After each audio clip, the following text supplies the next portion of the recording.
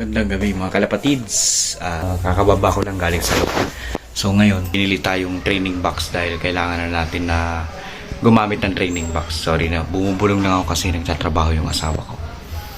So, pipick upin natin, mag-meet up daw kami sa Blue Wave, dyan sa Marikina.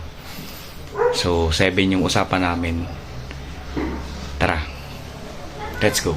Mga kalapatids, nandito na tayo. Nakuha na natin yung training box. Ayan, nagpapalit lang ako dahil wala tayong barya. 800 yung bilahin natin. Ayan yung training box. Nandito yung kalapatids natin. Bibigay ko lang itong bayan. Ayan. Tapos si boss, binilan natin ang training box. Ano pangalan, boss? Brian.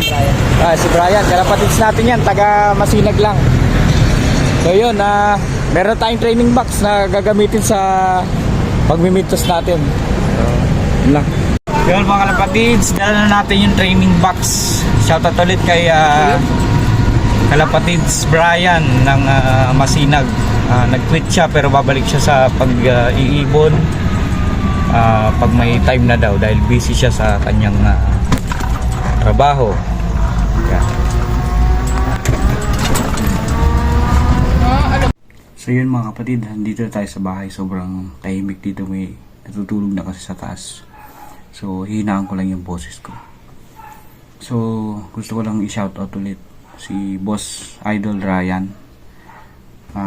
isang kalapatids din natin na nagre-race din ng mga kalapate. So nag-quit siya pansamantala, kaya naka-avail tayo sa kanya ng isa sa gamit niya na ginagamit niya dati sa pagtitraining ng mga ibon.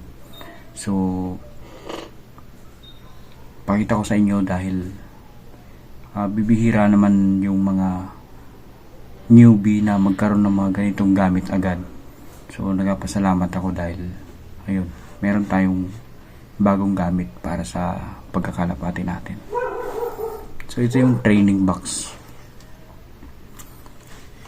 Di ko pa siya na bubuksan o nakikita talaga. Ayan. Hindi ko pa alam kung paano i-operate pero bukas na lang siguro. Ito yung mga lock niya. Ayan. So foldable yung training box. Magaan lang, easy to carry. So kahit papano naka jackpot na rin tayo. So sana makabalik ka idol sa pag-ibon mo soon, no?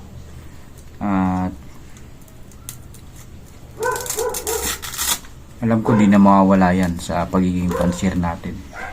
Kahit tumigil ng ilang taon, babalik pa rin. So ito siya,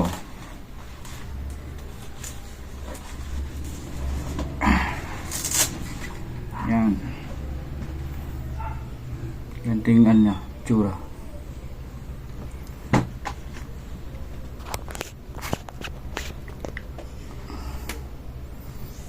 So, ang nagustuhan ko dito, maganang talaga.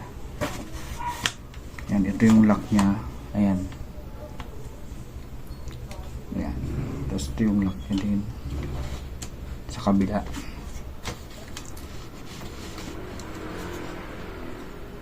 Kasi ito yung pintuan. Dito ilalagay yung mga ibon na iti-training natin.